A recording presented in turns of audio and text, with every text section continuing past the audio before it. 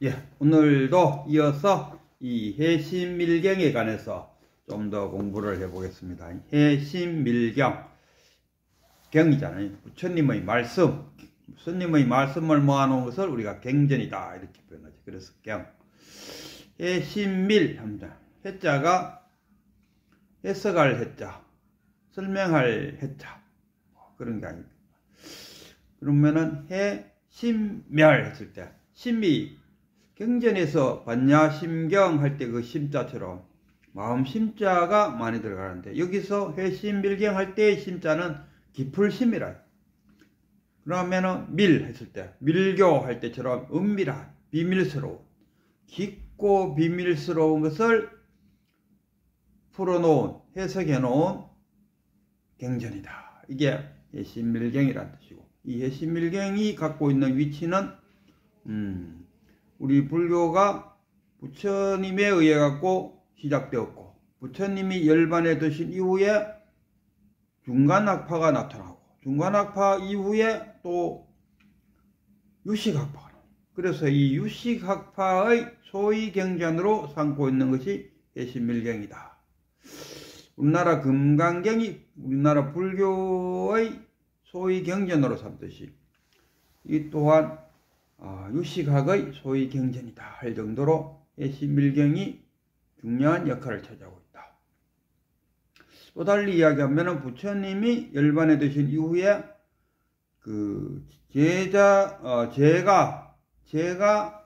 신도들에 의해 갖고 이 불교가, 그러니까 부처님 돌아가실 때 그 하정을 누가 했느냐, 제사를 누가 그 장례를 누가 했느냐 했을 때 그 스님들이 안 했어요. 제자들이 했다. 그래갖고 부처님의 그 사리를 12등분으로 나눠갖고 가져갔다. 그래갖고 그 사리를 탑으로 만들어갖고 그 탑을 중심으로 사람들이 모여들고 그 탑에다가 소원을 비니까 소원이 잘 이루어지더라 해서 사람들이 탑 주변으로 많이 모여들었어요. 그러니까 불교를 전하고 싶은 스님들은 이 대중들이 모이니까 야들을 교육시키겠다 해서 만들어진 것이 초기 대승경전이다. 그렇고 반야신경도 나오고 뭐 반야경도 나오고 뭐 어쩌고저쩌고 반야부 600권의 반야부가 나왔다든가 그래서 금강경도 나오고 법화경도 나오고 했는데, 그러고 이제 중간사상이 나올 때까지가 대승 초기 불교. 그 다음에 중간에서 이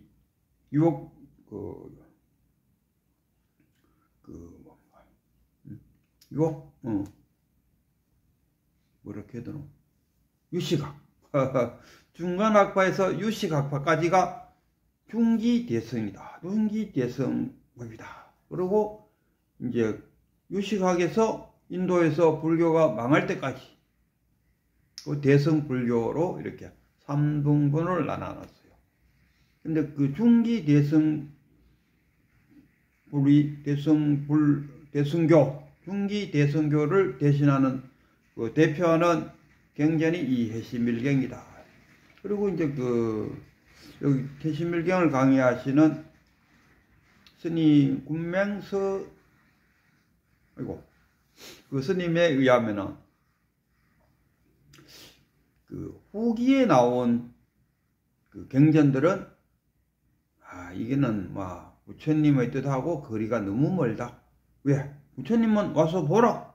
나는 보여줄 수 있고 증명할 수 있는 것만 이야기하겠다. 이렇게 했는데 지장보살 등장하고 지장경 계속하고 어쩌고 저쩌고 하면은 지옥 간 놈도 천국으로 보내줄 수 있다는 진짜 황당한 이야기. 부처님이 자다 말다 벌떡 일어날 이야기를 대연히 하고 있다는 겁니까? 왜? 부처님은 와서 보라. 나는 보여줄 수 있고 증명할 수 있는 것만 이야기한다. 이렇게 말했는데 부처님하고 전혀 다른 이야기를 하고 있는 것이 후기 경전이다. 그래서 이쪽에 남방불교 쪽에서는 그런 게 무슨 경전이야, 짜라. 그래갖고 초기에만 그 부처님이 돌아가시고 그 안한 존자에 의해서 그 여시아문, 나는 이렇게 들었노라. 그것만이 경전이다. 이렇게 표현해요. 그러나 우리 그 성철 스님 같은 경우는 뭐 대성이든 소성이든 간에 그 안에 중도가 있으면은 부처님의 경전이라고 말해도 괜찮다. 중도가 없으면은 그거는 경전 아니다. 그래서 이 대성 불교의 후기 대성 불교에서 나오는 이 경전들은 중도가 아니고 기복 종교로 흘러가고 있다. 기복 종교로 흘러감으로써 그거는 경전이라고 말할 수 있겠느냐? 있다고 주장하는 사람한테는 있겠지 뭐. 그러나 있겠느냐 하는 의문을 갖게 되었다. 그 부처님이 어쨌습니까? 집을 나왔다 아닙니까? 그걸 우리가 가출이라 하지 않고 출가라 그랬죠. 출가. 가출과 출가는 많은 차이가 있죠. 출가. 집으로부터 나왔다. 이 집이 뭡니까? 번뇌망상, 또 집착, 뭐 이런 것을 불탄 집 뭐 하듯이 불탄 집에서 나와라. 분노망상이 넘치는. 그래서 우리 땅하는 부처님은 깨닫기 위해서 어떻게 하면은 괴로움으로서 벗어날 것이고 정노병사에서 벗어날 것인가? 이거 아니었습니까? 부처님의 괴로움은 정노병사 사고 팔고 하듯이 경로병사에다가 만나고 싶은 사람 못 만나고 만나기 싫은 사람 만나야 되고 그 다음에 원하는 대로 안 되고 그리고 이 온 이 자체가 괴로움의 덩어리다. 사고 팔고를 괴로움의 주체로 봤다. 이것을 벗어나기 위해서 나와고 처음에는 이제 선정을 하는 데 갔다. 선정하는 데 가갖고 자기도 1단계, 2단계, 3단계, 3개하고 지금 미천까지 갔다. 근데 가기는 갔는데 그 선정에 있을 때는 너무 극락세계 온 것 같았어요. 그러나 깨고 나면은 맹똑같아.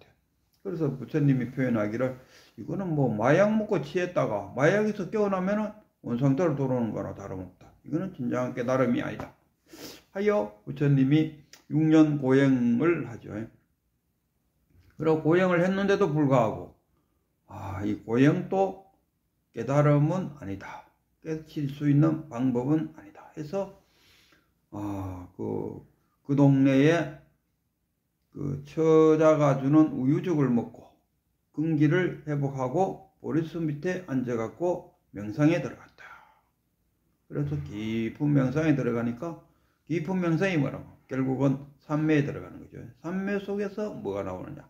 반야의 지혜가 탁 터지는 거죠. 그래서 근데 부처님이 깨쳤다 했을 때 뭐 초기에는 그 육신통을 이야기하잖아요. 육신통과 오한이 깨쳤다 이랬는데 제가 볼 때는 이 오한과 육신통은 깨달음하고 아무 관계가 없었어요. 맑은 눈으로 보니까 부처님 같은 경우도 29살에 출가를 했다 아닙니까? 그러면은 그 출가하기 전에는 뭐 베다도 공부했을 거고 뭐 성금도 공부했을 거고 또 그 뭡니까 최면설도 공부했을 거고 역경도 공부했을 거고 뭐 하여튼간에 주변에 있는 잡다한 많은 공부를 하지 않았겠나. 그런 걸로 인해 갖고 맑은 눈이 됨으로써 다 깨치고 나니까 오한과 육신통이 일어났을 뿐이지 이 깨달음하고 오한과 육신통은 전혀 관계가 없다. 부처님도 그 목건년이 그 요술을 부릴 때 그런 거 하지 마라. 어떤 사람이 기다란 그 짱대 위에다가 보석을 얹어놓고 저걸 따오는 사람은 가져가도 좋다 이랬을 때 목건년이 훅 날아가고 그걸 탁 낚아챘죠. 그 소리를 듣고 부처님은 앞으로는 절대 그런 것을 하지 마라. 우리는 마음 공부하는 사람들로 모여가 있는 거지. 그런 뭐 오한이나 육신통을 깨달으려고 깨치려고 우리가 앉아서 공부하는 건 아니다. 분명하게 말해요. 결국은 이 오한과 육신통은 깨달음하고는 아무런 관계도 없는데도 불구하고 어떻게 이야기합니까? 저도 이거 손님 하는 것도 오더만 그래도 깨쳤다 가마 오한이나 육신통 중에 뭐 하나라도 깨치야지 그걸 깨쳤다 하지 이래 돼.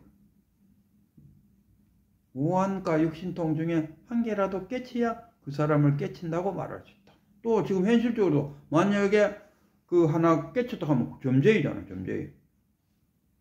무당. 응? 숙명통을 갖고 있다. 네 전생에 어쩌고 저쩌고 막 이야기해 준다 이거. 응? 그래갖고 유명한 점쟁이라고 막 돈 사들고 모여든다니까. 저래도 마찬가지. 어느 스님이 오한과 육신통 중에 하나 열리다 하면 막 구름처럼 몰려 들어간다. 그러나 진정한 깨달음은 그거하고 아무 관계가 없어요.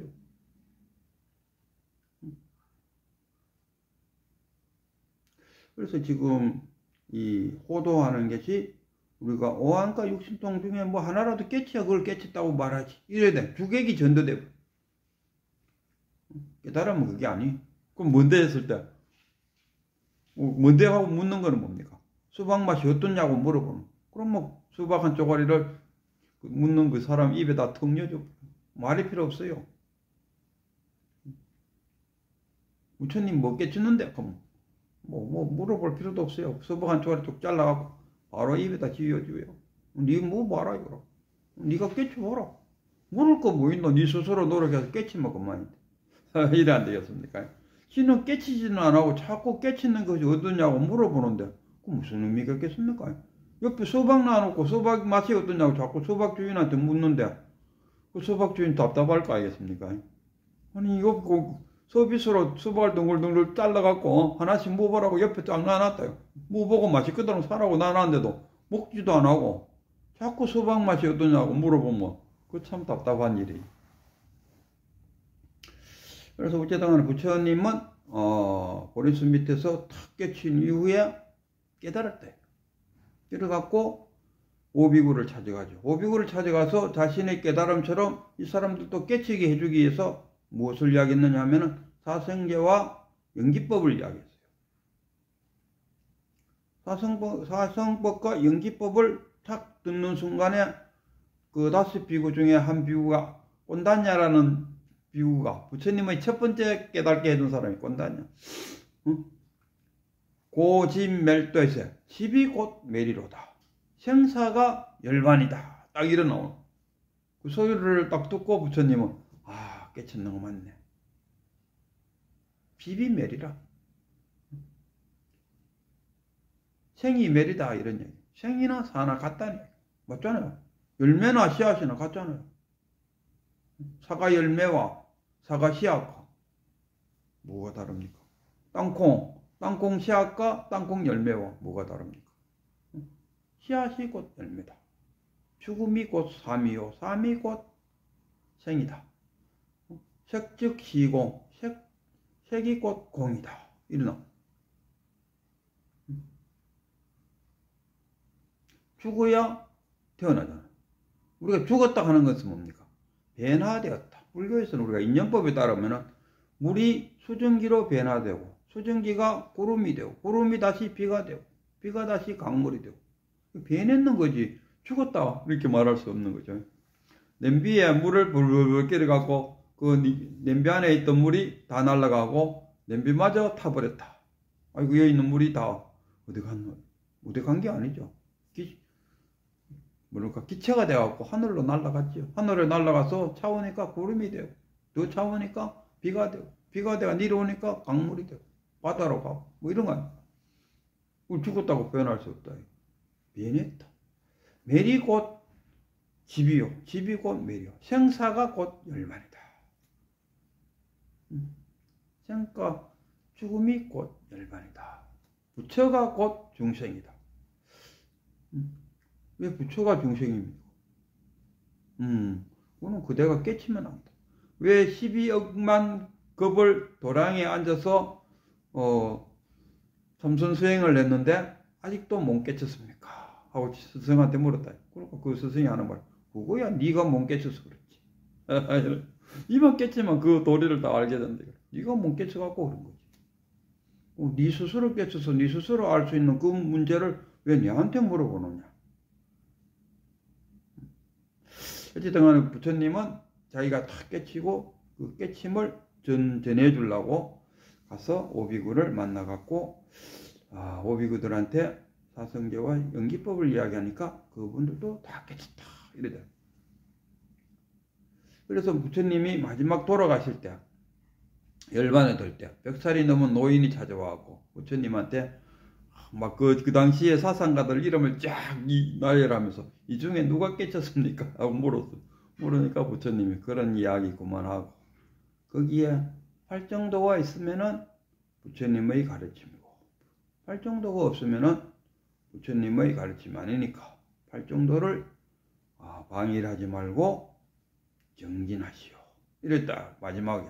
그래서 팔정도를 부처님 살아생전에 가장 강조했어요. 그리고 부처님이 이제 열반에 들고 그 다음에 대승불교가 이 대승불교는 스님들에 의해 갖고 일어나는 것이 아니고 제가 신자들에 의해서 시작됐죠. 그래갖고 바라밀, 육바라밀이 강조된다. 육바라밀, 바라밀. 바라밀이 뭡니까? 보시바라밀. 첫 번째 보시바라밀. 보시를 하라 이거라. 보시를 할 때 주는 사람, 받는 사람, 재물, 그 주고받는 그거 다 청정해야 된다. 주도 주님이 없고 받아도 받음이 없는 그런 보시가 되어야 된다. 그렇게 하기 위해서는 계율, 지계 바람이 되어야 되고 그 다음에 참을 수 있는 인육이 되어야 되고 그 다음에 정진이 뭐냐? 실천하는 거. 그 다음에 뭡니까? 선정 바람이. 그 다음에 반야 바람이. 이걸 수행해야 된다. 이렇게 가르쳐. 그러다가 이제 해심밀경 유식하게 들어옴으로써 이제 뭡니까? 사마타와 아나파타를 사마타와 비파사나를 강조하게 되죠. 사마타는 뭡니까?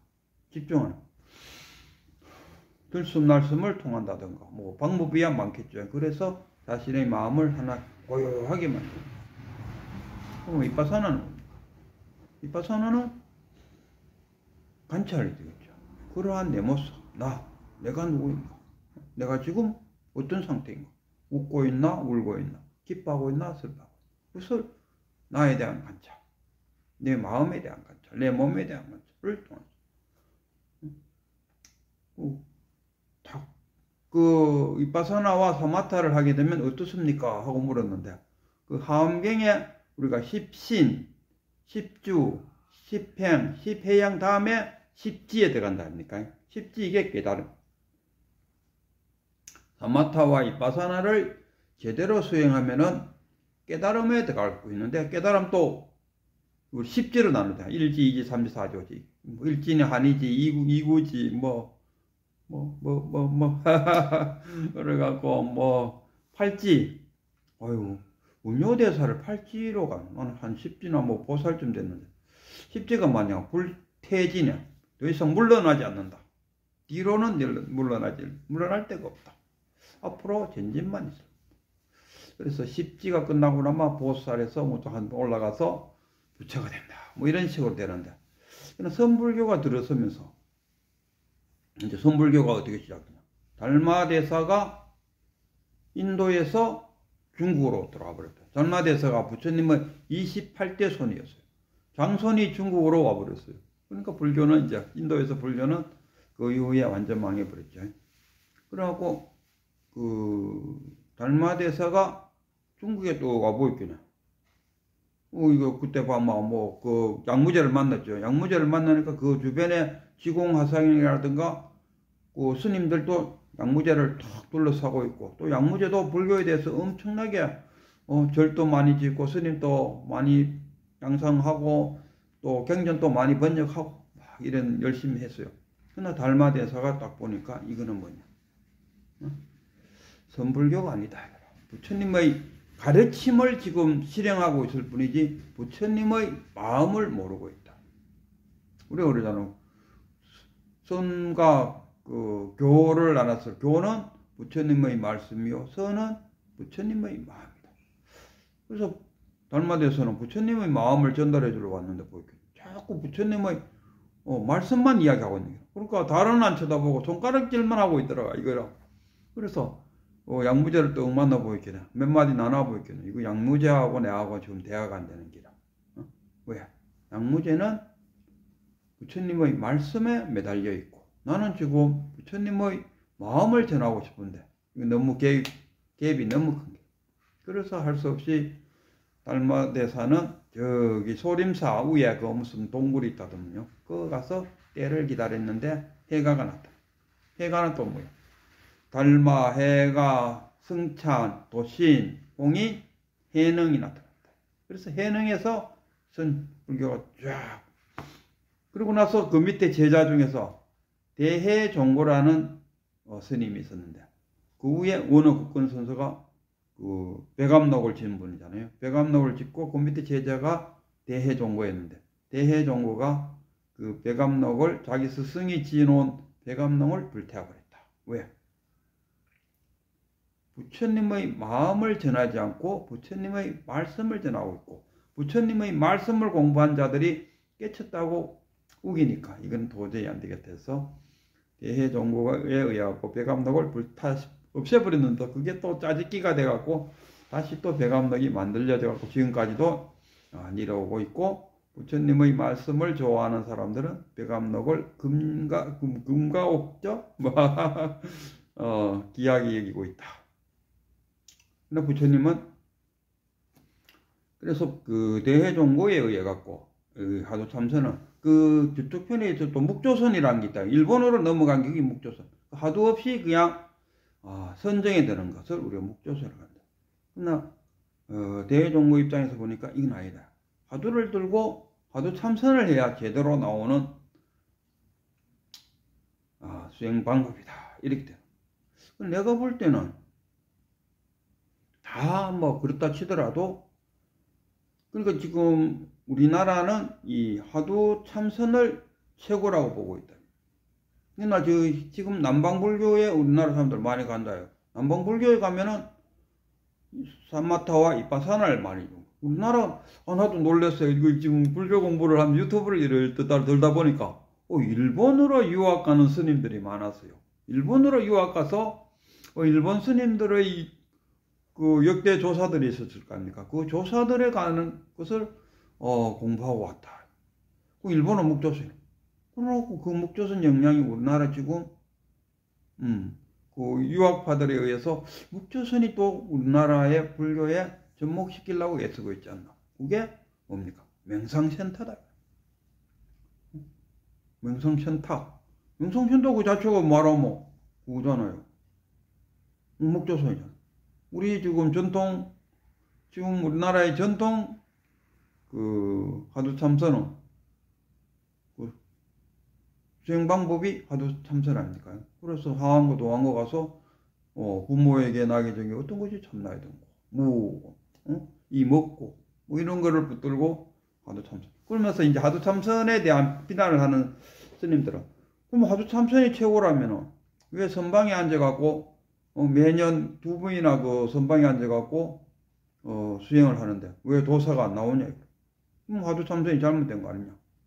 이래 나와. 하두참선이 잘못되었다기보다도 이런 게 있죠. 다리가 부러졌는데 다리 부러진 사람한테 감기약을 줬다. 그럼 감기약 아무 도움이 안 되죠. 이 하두참선도 마찬가지. 이 하두참선이 필요한 사람한테 줘야지 뭐 효능이 나타나는 건데. 자기 불교로 가득 차 있는 사람, 누가 뭐라 해도 아집을 해고 아니야 뭐 불교라는 그런 게 아니야. 내가 아는 불교는 이런 불교야. 그래서 자기 주장을 하는 사람, 이런 사람한테 하두참선하라고 줘봐야, 하두를 던져봐야 그 사람 의심이 안 들어. 그래서 이 하두참선도 중요하지만 근데 좀 더 구체적으로 들어갔을 때 이빠사나와 사마타와 하두참선을 훔치면은 거기에는 어떤 방법이 나올까? 저는 생각해 볼 때 마음 챙기기, 가장 먼저 해야 될 것이 마음 챙기기. 사마타와 같은 이야기입니다. 용어만 달리했을 뿐이지 사마타와 마음 챙기는, 왜? 마음 챙긴다는 건 뭡니까? 과거와 현재와 미래에 있다면 내 마음을 지금 여기에 두라. 깨치기 위해서는 내 마음을 지금 여기에 두지 않고는 깨칠 수가 없다. 과거에서 깨칠 수 없고 미래에서 깨칠 수 없다. 지금 여기에 내 마음을 두라. 그 다음에 내 마음을 여기다 두고 관찰하라. 이 알아차림이잖아. 알아차림. 그리고 비파사나와 알아차림 같은 이야기. 그러면은 그것만 하면은 지금 알아차림하고 마음챙김 이게 비파사나 사마타고 하도 참선이다. 그럼 이것만 하면 되냐 이거. 여기에 하나 더 보태야 될 것이 뭐냐. 끼어 있어야 된다. 끼어 있어야 된다. 뭘 끼어 있어노? 잠에서 깨어나나? 잠에서 깨어나는 것이 아니고 끼어 있어야 한다는 것은 뭐냐? 무명으로부터 깨어나야 된다. 무명, 행식, 명색, 유기, 촉수의 치유, 생로병사. 이게 12연기법이잖아. 가장 처음에 시작하는 것이 무명인데 이 무명에서부터 깨어 있어야 된다. 수행자라면, 진정한 수행자라면, 또 불제자로서의 진정한 수행자라면 깨어 있어야 된다. 뭐 다른 걸로 해도 뭐 깨치는 수만해. 불교의 불자도 모르는 자도 깨쳐요. 그런 건 제외시켜 놓고 일단은 불제자가 깨닫기 위해서는 무명으로부터 깨어 있어야 된다. 불제자라면서 무명으로부터 못 깨어나 있으면은 이것을 깨치고 못 깨치고를 떠나서 불제자라고 말할 수 있겠느냐. 근본적인 문제가 발생하죠. 그럼 뭐 무명으로부터 깨어 있으려면 어떻게 해야 되느냐 했을 때 가장 먼저 해야 될 게 사성계, 그 다음에 연기법, 공, 무상, 무화를 알고 있어야 된다. 이것을 체득함으로써 무명으로서 벗어날 수 있다. 그냥 단순하게 아는 거와 체득하는 것. 자기가 무상이 뭡니까? 무상. 항상함이 없다 아닙니까? 변하지 않는 것은 없다. 이 말합니다. 그 변하지 않는 것이 없다는 것을 하도 삼아 깊이 명상해 볼 때, 맞아. 무한은 뭡니까? 실체가 없다 아닙니까? 나라고 할 만한 고정된 실체가 없다. 왜? 무상이니까. 무상인데 어떻게 고정된 실체 나라고 말할 수 있겠다. 오온 고정되어 있습니까? 고정되어 있지 않다. 이런 것을 명상을 통해서 명상하니까 부처님이 이렇게 설법을 하면은 그 자리에 앉아서 탁 꿰친 사람도 있고 그 부처님의 말씀을 들고 홀로 저기 고요한 데 가서 부처님 말씀을 되새기면서 하다가 탁 깨치는 수도 있어요. 그래서 어쨌든 간에 이 깨달음에 이르려면 특히나 불법을 통한 깨달음에 이르려면 깨어 있어야 되고 깨어 있으려면 사성계, 연기법, 무상, 무화, 공을 체득해야 된다. 그것을 체득하는 그 과정에서 자기를 탁 알아차림을 하다 보면은 탁 이거냐 하고 한소식을 할 수 있게 된다. 이런 이야기.